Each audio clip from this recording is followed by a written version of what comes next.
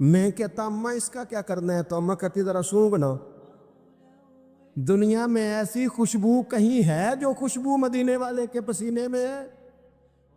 اور یارو دیکھو نا کسی درویش نے کیا کہا ہے، وہ کہتا ہے مدینے میں سکون کیوں ہے، قرار کیوں ہے، خوشبو کیوں ہے، ٹھنڈک کیوں ہے، دل کیوں لگتا ہے؟ وہ کہتے عرصہ ہوا طیبہ کی گلیوں سے وہ گزرے تھے، اب تک ان گلیوں میں خوشبو ہے پسینے کی۔ عرصہ ہوا طیبہ کی گلی، تو اگر کسی نے حسن سے ہی پیار کرنا ہے تو پھر وہ جبر نہ کرے، وہ آئے نہ میرے رسول سے پیار کرے، آئے نہ حضور کی سادگی سے پیار کرے، آئے نہ میرے رسول کریم کے بظاہر کچے گھر سے پیار کرے، آئے نہ حضور کے سادے لباس سے پھوٹنے والی نورانیت سے پیار کرے۔ اگر حسن سے ہی پیار کرنا ہے تو صحابہ کہتے ہیں ہم نے دیکھا ہے چاند چمکتا، حضور کے مقابل چمکتا دیکھا ہے، لیکن حضرت جابر بن سمرہ کہتے ہیں مجھ سے قسم لے لو، جب حضور کے چہرہ نور سے کپڑا ہٹتا تھا چاند منہ چھپاتا پھرتا تھا۔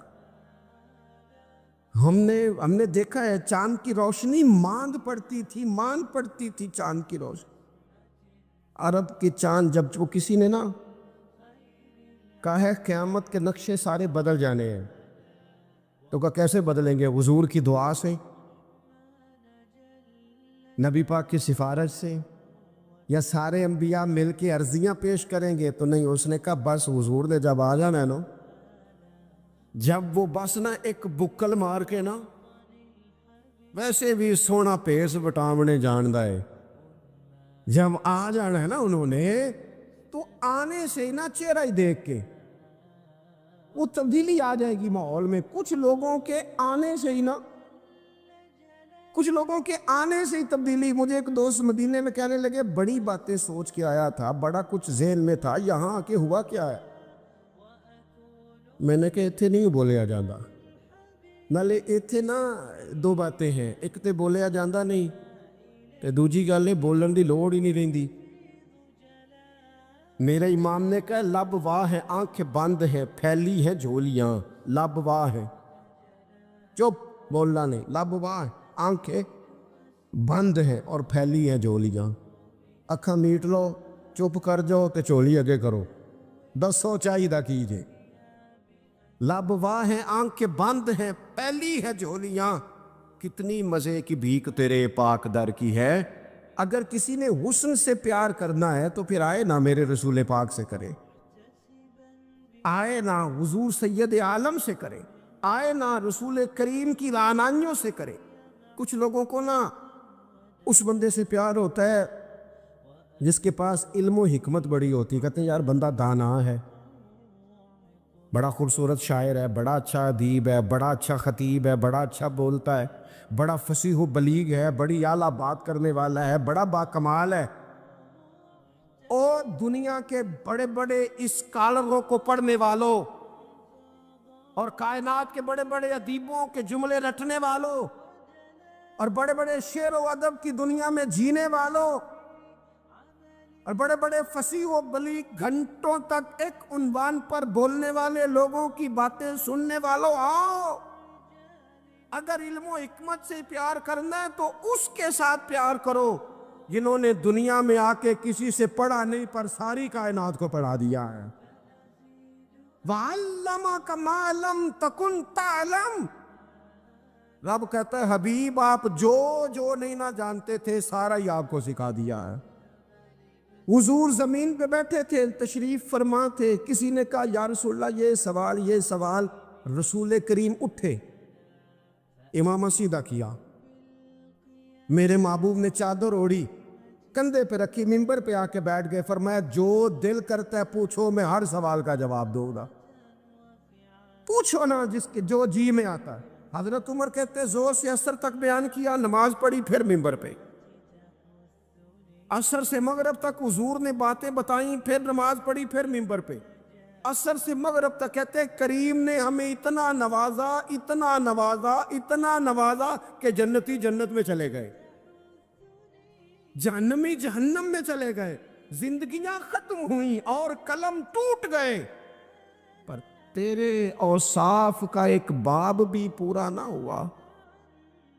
آئے جس نے حکمت سیکھنی ہے مدینے والے سے سیکھے، آئے جس نے سپہ سالاری سیکھنی ہے میرے رسول سے سیکھے، آئے جس نے قیادت کے اصول سیکھنے ہیں حضور سے سیکھے، آئے جس نے اعلیٰ استاد بننا ہے صفا یونیورسٹی کے استاد سے سیکھے، آئے جس نے آقائی کے آداب سیکھنے ہیں وہ آئے نہ سیکھے۔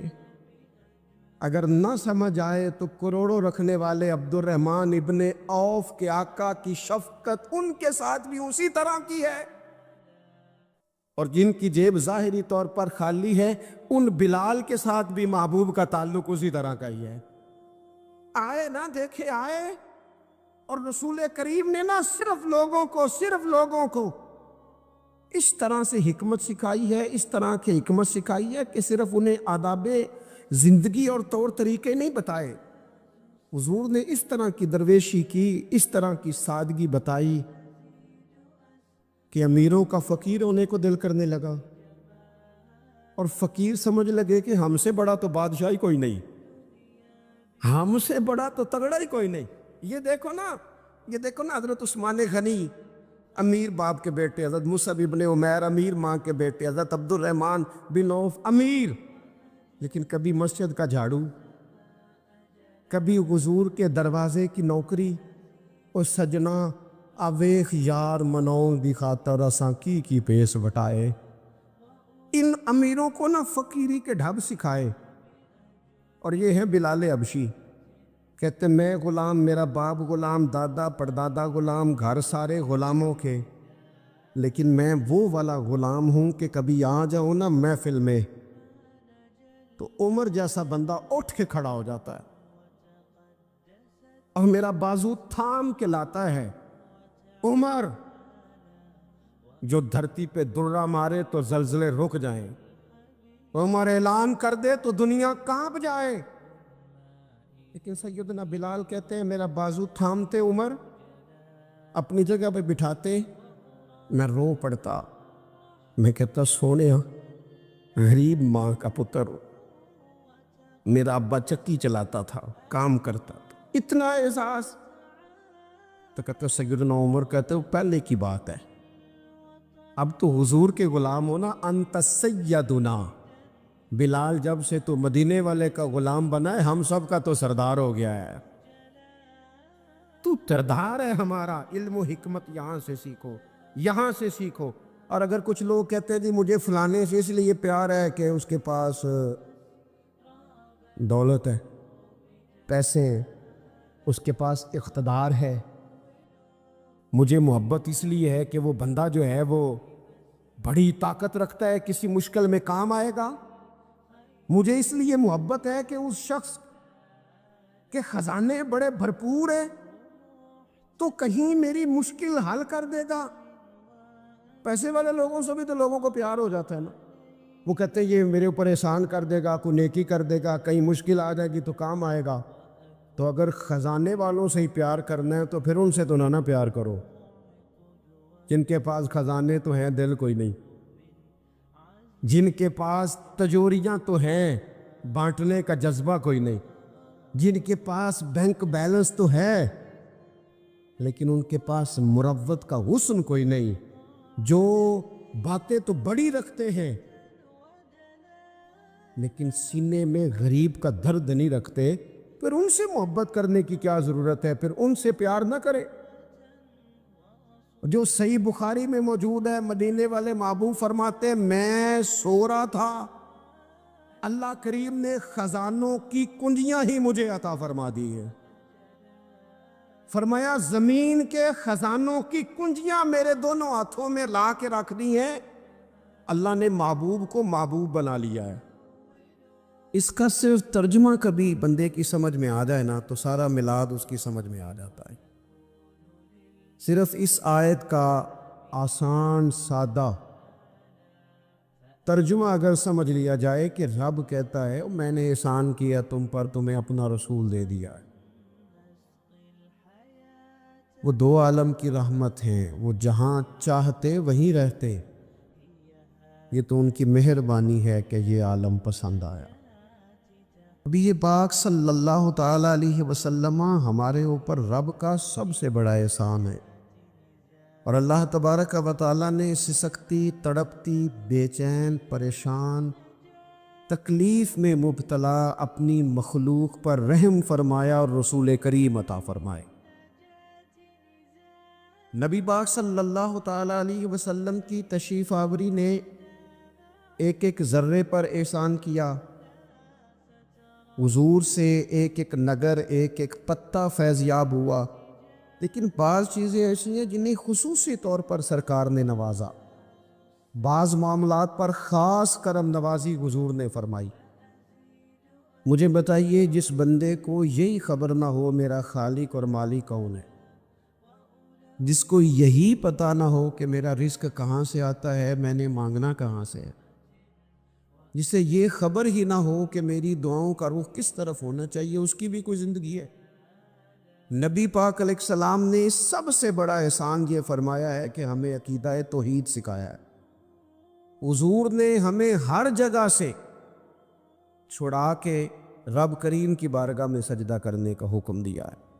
عرب کے لوگ جو تھے وہ بڑی بڑی وہم کا شکار تھے، بڑی بڑی اوہام پرستی کا شکار تھے۔ یہ آج کل بھی وہم بہت زیادہ ہے نوجوانوں میں، یعنی کوئی فیصلہ پکا ہے ہی نہیں، کوئی پکی بات ہی نہیں کرتے، یہ کر لوں کہ نہ کروں، اگر آپ کہتے ہیں تو کر لیتا ہوں، ویسے اس میں فلانی فلانی کمزوری بھی ہے، اور اگر میں نے نہ کیا تو فلاں فلاں مشکل بھی ہے۔ بھئی جس بندے نے قوت فیصلہ ہی نہیں پائی، اس نے ارادہ ہی پکا نہیں کیا کہ اس نے کدھر جانا ہے، تو وہ سفر کیسے کرے گا؟ سفر تو اس بندے کا مکمل ہوتا ہے جو سفر شروع کرتا ہے۔ عرب کے لوگ بھی بڑے بڑے اوہام پرستی کا قائل تھے۔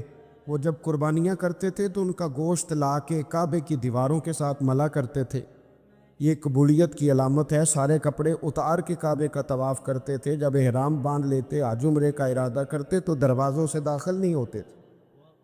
وہ کہتے تھے کہ دروازے گناہگار ہیں اور ہم جو کہ اب نیک کام کر رہے ہیں لہذا اوپر سے ہو کے آئیں گے۔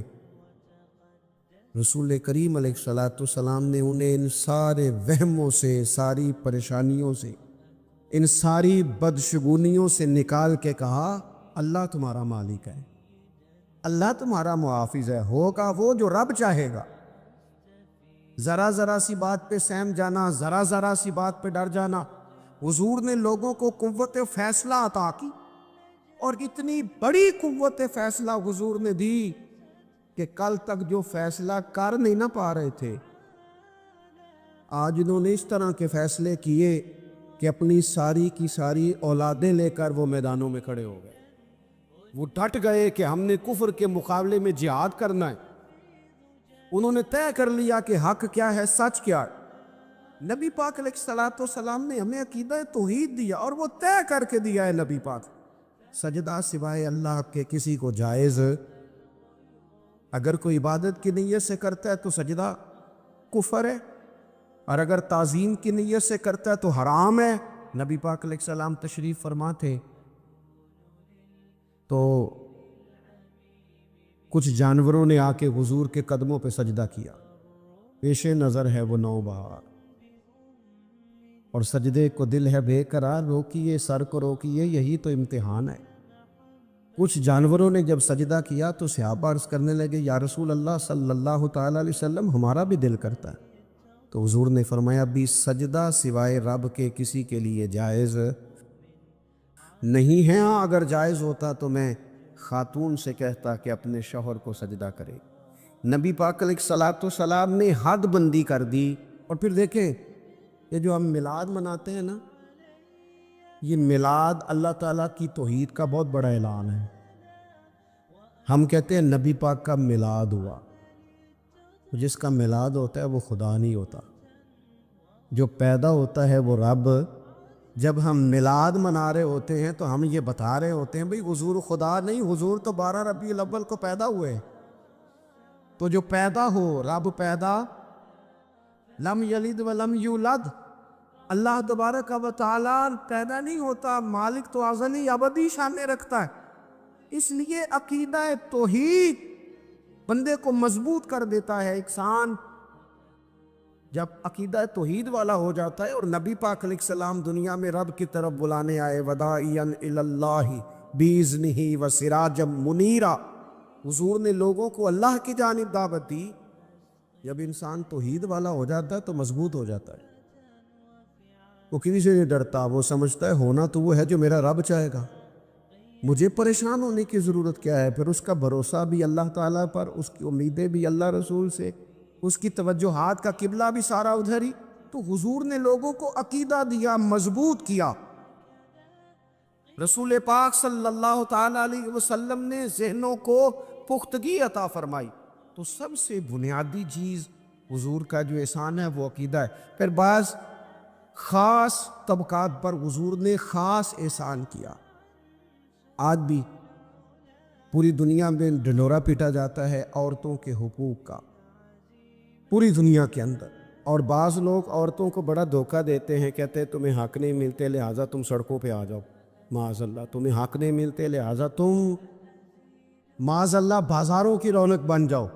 عورتوں کو بڑا پریشان کیا جاتا ہے حقوق کے تعلق سے۔ نبی پاک علیہ السلام کی آمد سے پہلے کوئی خاتون کے ساتھ سلوک اچھا نہیں کیا جاتا تھا، اس کا کوئی جائیداد میں حصہ نہیں تھا۔ عورت کا خامد اگر فوت ہو جاتا تو وہ اپنے سسرال کے خاندان کی پراپرٹی بن جاتی معاذ اللہ، وہ جس کے مرضی چاہے سپرد کر دیتی۔ ہندوستان کے بعض علاقوں میں ایسی کبھی رسمیں بھی پائی جاتی تھی کہ بعض عورتیں اپنے خامد کے ساتھ جل جانا مناسب سمجھتی تھی کہ بعد میں کوئی زندگی تو ہوگی نہیں، اور بیوہ خاتون اور طلاق یافتہ خاتون، اس کے بارے میں تو لوگوں کا خیال تھا کہ شاید یہ خاتون بالکل سوسائٹی اور سماج کا حصہ ہی نہیں ہونی چاہیے۔ قربان جائیں، یہ اعزاز میرے نبی پاک نے دیا ہے۔ حضور نے پہلی شادی ہی اس خاتون سے کی ہے جن کا پہلے بھی نکاح ہو چکا تھا، اور خاتون کو حضور نے حقوق دیے، جائیداد میں حصہ دیا۔ کہا جو بیٹیوں کی بہنوں کی پرورش کر کے آئے گا اور اچھی پرورش کر کے انہیں روانہ کر دے گا، جس طرح میری 2 انگلیاں جڑی ہوئی ہیں میرے ساتھ جڑ کے جنت میں جائے گا۔ اور ایک روایت میں فرمایا کہ جب کسی کے ہاں بیٹی پیدا ہوتی ہے نا تو اللہ فرشتوں کو بھیجتا ہے اور وہ اس کے گرد کھڑے ہو جاتے ہیں اور گھر والوں کو سلام کہتے ہیں اور کہتے ہیں یہ ضعیفہ ایک ضعیفہ سے پیدا ہوئی ہے، یہ کمزور، یعنی صنف کے لحاظ سے کمزور نازک بچی ایک نازک ماں سے پیدا ہوئی ہے۔ فرشتے کہتے ہیں جو اس کی پرورش کرے گا نا اللہ قیامت تک اس کی مدد کرے گا، اس کی ہمیشہ مدد ہوتی رہے۔ اور نبی پاک صلی اللہ تعالیٰ علیہ وسلم کی خدمت میں آ کے جب خواتین نے کہا تھا نا یا رسول اللہ ہمارے تو دین دنیا کے معاملات میں مردوں کے تعلق سے کمزوری ہے، کئی دن تو ہم ویسے نماز نہیں پڑھ سکتے مہینے میں، کئی دن تو ہم ویسے عبادات کے قریب نہیں جا سکتے، جہاد پہ ہم نہیں جاتی، گواہی ہماری مردوں کے برابر نہیں، تو یا رسول اللہ صلی اللہ علیہ وسلم ہمارا بھی کوئی اعزاز ہے؟ تو حضور نے فرمایا جب کوئی خاتون حاملہ ہوتی ہے نا تو اللہ اسے اتنا ہی ثواب دیتا ہے جتنا جہاد کرنے والے کو ثواب دیتا ہے، اور جب بچہ پیدا ہوتا ہے تو اللہ تعالیٰ اسے شہادت کا درجہ عطا کرتا ہے، اور جب وہ بچوں کو دودھ پلاتی ہے تو رب اسے غلام آزاد کرنے کا ثواب عطا کرتا ہے۔ ایک دفعہ نا نبی پاک صلی اللہ تعالیٰ علیہ وسلم کی خدمت عالی مرتبت میں حضرت عائشہ صدیقہ رضی اللہ تعالیٰ عنہ نے ایک واقعہ عرض کیا، عرض کی حضور آج میرے ساتھ عجیب معاملہ ہوا، میں گھر میں اکیلی تھی تو ایک خاتون 2 بیٹیوں سمیت آئی، اس نے کہا کہ میں بھی بھوکی ہوں، میری بیٹیاں بھی پریشان ہیں، کھانا نہیں کھایا۔ سیدہ پاک کہتی ہیں یا رسول اللہ میرے پاس بھی 3 کھجوریں تھیں گھر میں پڑی، یہ 2 جہاں کے شاہ ہیں پر پاس کچھ رکھتے نہیں، اور 2 جہاں کی نعمتیں ہیں ان کے خالی ہاتھ میں۔ فرماتی ہیں وہ تینوں کھجوریں میں نے ان تینوں ماں بیٹیوں کو دے دی، ماں نے پہلے ایک ایک کھجور دونوں بیٹیوں کو دی، پھر بچیاں وہ کھجور کھا کے ماں کی طرف دیکھنے لگی تو جو کھجور ماں کے پاس تھی اماں نے اس کے بھی 2 حصے کر کے بیٹیوں میں بانٹ دیے۔ حضرت عائشہ عرض کرنے لگی یا رسول اللہ میں نے یہ بڑا نرالا رنگ دیکھا ہے، ماں کا اپنے بچوں سے پیار کا انداز۔ تو حضور نے کیا فرمایا؟ نبی پاک علیہ الصلوۃ والسلام فرمانے لگے سن پھر، اللہ تعالیٰ نے اس عورت پر جنت کو واجب کر دیا ہے۔ فرمایا اللہ نے اسے جہنم سے دور کر دیا، جو بیٹیوں کے معاملے میں آزمایا گیا، اور جس نے پھر ان کے ساتھ اچھا سلوک کیا۔ اپنا حضور کا عمل یہ تھا کہ حضور کی بڑی صاحبزادی سیدہ زینب رضی اللہ تعالیٰ عنہ، یہ حضور کی سب سے بڑی صاحبزادی ہیں، یہ بخاری میں آپ کو ملے گا کہ ان کی بیٹی جناب امامہ بنت زینب چھوٹی سی عمر تھی، تو جب حضور نماز کے لیے آتے تھے تو نواسی کو اٹھا کے ساتھ لے آتے تھے، اور وہ حضور نماز پڑھتے تھے تو وہ نبی پاک کے کندھوں پہ کھیلتی تھی۔ حضور نے عملاً بیٹیوں سے پیار کرنا سکھایا، بیٹیوں سے محبت کرے، بیٹیوں سے پیار کرے۔ بیٹیاں بڑی خیرخواہ ہوتی ہیں، بیٹیاں ماں باپ کی بڑی وفادار ہوتی ہیں، بیٹیاں بڑا خاص تعلق رکھتی ہیں۔ جوانوں، آپ سے بھی کہوں گا بہنوں کی طرف توجہ رکھیں، جو کسی کی بہن آپ کے گھر ہے اس کا بھی خاص احساس کریں، وہ بھی کسی کی بہن ہے، لیکن اپنی بہن کے ساتھ بھی خاص نسبت کا تعلق قائم رکھے، رشتوں میں اعتدال ہونا چاہیے۔ اس صنف کو نبی پاک علیہ السلام نے خاص کر کے نوازا، اور ہمارا بھی ان کے ساتھ خاص رشتہ ہونا چاہیے۔ اسی طرح کا معاملہ یتیموں کے ساتھ ہے، کمزوروں کے ساتھ ہے۔ دیکھو آج نا ہمارے ہاں کمزوروں، غریبوں، مسکینوں، یتیموں کی مدد تو کی جاتی ہے، لیکن انہیں لوگ اپنے ماحول کا حصہ نہیں بناتے۔ یعنی کبھی گئے تو غریبوں میں آٹا بانٹ آئے، کبھی گئے تو غریبوں میں جا کے کپڑے تقسیم کر آئے، کبھی گئے تو غرباء کو کچھ وقتی طور پر کچھ ضروریات زندگی دے دی، کبھی عیدیاں بانٹ دی، کبھی سیلاب زدگان میں چلے گئے۔ غرباء کو کچھ نہ کچھ صدقات تو دے دیے جاتے ہیں، ان پر کچھ خیرات تو کر دیا جاتا ہے، لیکن انہیں سوسائٹی کا، ماحول کا حصہ نہیں بنایا جاتا۔ حضرت عبداللہ ابن عمر کہتے ہیں نبی کریم علیہ السلام کے پاس نہ 10 دینار تھے، ویسے تو کائنات ہی میرے نبی کی مٹھی میں ہے، لیکن ظاہری طور پر 10 دینار تھے۔ حضور ایک دکان پہ گئے، 4 دینار کا حضور نے ایک جوڑا خریدا، کپڑے خریدے، وہ قمیض حضور نے پہنی، ایک انصاری آگے بڑھ کے عرض کرنے لگے حضور میرا بڑا دل کر رہا ہے، یہ مجھے نہیں دے دیتے آپ؟ تو حضور خوش ہو گئے۔ یہ میرے محبوب کا دروازہ ہے کہ جب کوئی مانگتا ہے تو حضور خوش ہو جاتے۔ نبی کریم سے مانگا اس شخص نے تو حضور خوش ہو گئے، اور محبوب نے وہ کرتا، وہ کپڑے اتار کے اس انصاری کو عطا کر دی، اور 4 دینار کے اور خرید لیے، باقی بچے 2 دینار۔ نبی کریم وہ لے کے نکلے، رخصت ہوئے گھر جانے کے لیے، تو رستے میں خاتون کو روتے ہوئے دیکھا، حضور رک گئے، فرمایا کیوں رو رہی ہو؟ عرض کرنے لگی یا رسول اللہ صلی اللہ تعالیٰ علیہ وسلم میں فلاں آدمی کی کنیز ہوں، نوکرانی ہوں، اس نے آٹا لینے بھیجا تھا 2 دینار کا، وہ 2 دینار گم ہو گئے، حضور نے 2 دینار اسے عطا کر دی، وہ دیے تو پھر رو رہی تھی۔ فرمایا اب کیوں روتی ہو؟ کہنے لگی یا رسول اللہ ڈرتی ہوں دیر بڑی ہو گئی، مار ہی نہ پڑے۔ تو حضور نے فرمایا چل نہ، میں تیرے ساتھ چلتا ہوں۔ حضور ان کے گھر گئے، وہ اہل ایمان کا گھر تھا جن کی وہ کنیز تھی، جا کے کہا السلام علیکم، اندر سے جواب ہی نہیں آیا۔ پھر فرمایا السلام علیکم، کوئی جواب ہی نہیں آیا۔ محبوب کا طریقہ مبارکہ تھا 3 دفعہ دستک، پھر واپسی۔ تیسری دفعہ کہا السلام علیکم، تو وہ سارے بول پڑے وعلیکم السلام یا رسول اللہ، حضور ماں باپ قربان۔ تو حضور فرمانے لگے میں نے پہلے بھی 2 دفعہ سلام لیا، بولا کوئی نہیں؟ کہا یا رسول اللہ اپنے نصیب تھے نا کہ ہم پہ سلامتیاں بھیج کون رہا ہے، ہم نے سوچا ذرا 3 دفعہ مل جائے سلام، ذرا مل جائے نا، حضور سلامتی بھیج رہے ہیں تو آتی رہے نا۔ تو محبوب کریم علیہ الصلوۃ والسلام فرمانے لگے یہ تمہاری کنیز وہاں کھڑی رو رہی تھی، اس بیچاری کے 2 دینار گم ہو گئے تھے، اسے دوبارہ سامان لاتے کچھ دیر ہو گئی، اس پر سختی نہ کرنا، مارنا نہ۔ غلام کہنے لگے حضور اس خاتون کے قربان جائیں جو ہمارے کریم رسول کو ہم جیسے غریبوں کے گھر تک لے آئیے، مارنا کیا، ہم اسے آزاد کر دیں، یہ آزاد ہے اللہ کی رضا کے لیے۔ یہ دیکھو، یہ میرے نبی پاک کا انداز ہے۔ حضور نکلے تو جناب عبداللہ ابن عمر فرماتے ہیں رسول کریم فرمانے لگے شکر ہے اللہ تعالیٰ کا، 10 دینار تھے، ایک انصاری نے بھی قمیض پہن لی، میں نے بھی قمیض پہن لی، اور رب نے کنیز کو آزاد بھی فرما دیا۔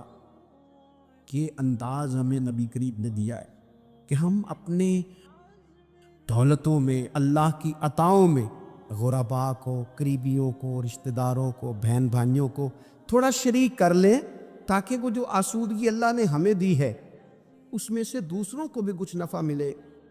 تو نبی پاک علیہ السلام کے غلاموں، یہ ہمیں سیکھنا ہے، اس پر ہمیں عمل کرنا ہے۔ اللہ کریم کی بارگاہ میں دعا ہے اللہ ہماری حاضری کو قبول فرمائے۔ آخر دعوانا ان الحمدللہ۔